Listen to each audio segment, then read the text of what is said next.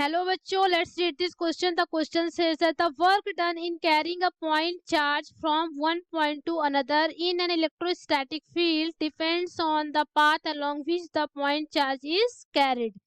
तो इसके लिए जो हमारा की कॉन्सेप्ट होगा वो है की कॉन्सेप्ट की कॉन्सेप्ट है हमारा कि the work done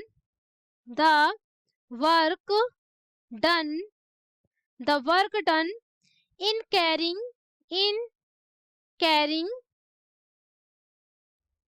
the work done in carrying a point charge from one point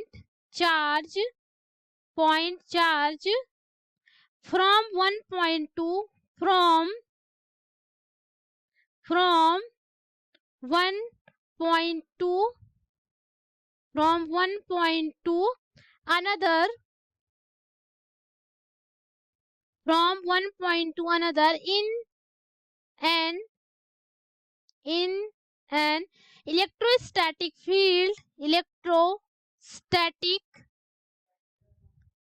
electrostatic field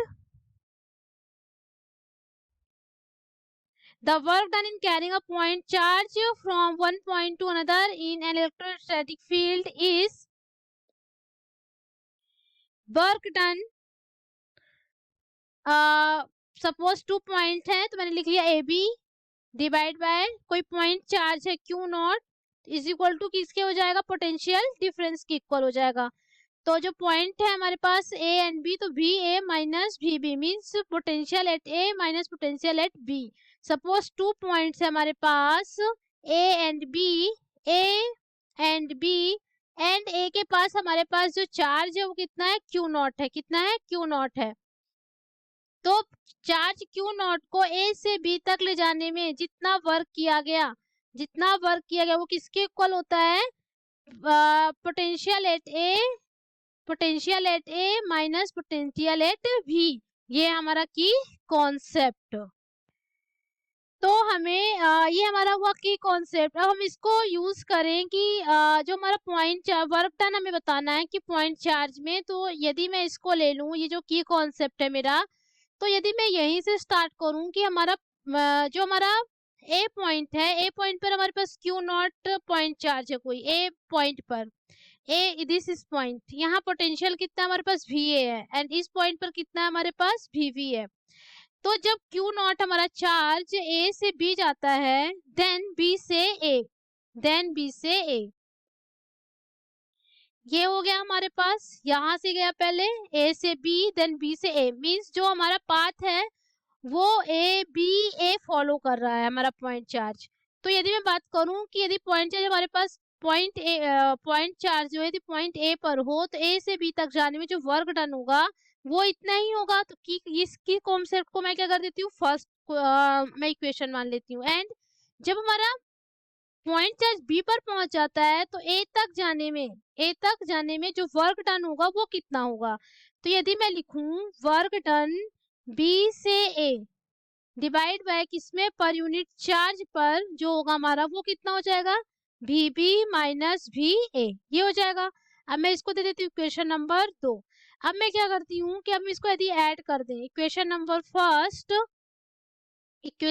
first aid equation number 2, तो हमारे पास क्या आ जाएगा, यहाँ से यदि हम देखें तो हमारे पास यदि ऐड करेंगे तो V A minus we b plus minus we b plus v b आएगा, मीन्स ये हमारे पास आ जाएगा W the work done a to b to a, लिख सकते हैं इसको, divide by charge q naught is equal to कितना हो जाएगा, 0।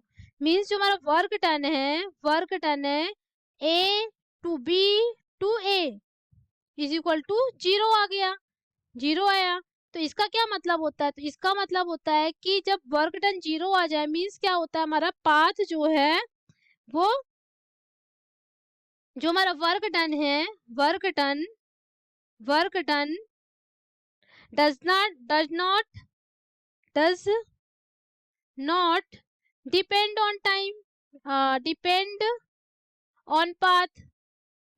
on पाथ, मीन्स पाथ पर डिपेंड नहीं कर रहा है, इसकी यही मीनिंग है।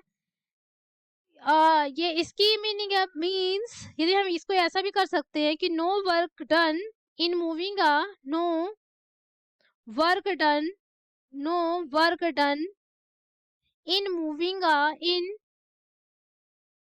मूविंग अ पॉइंट चार्ज या point test charge over a closed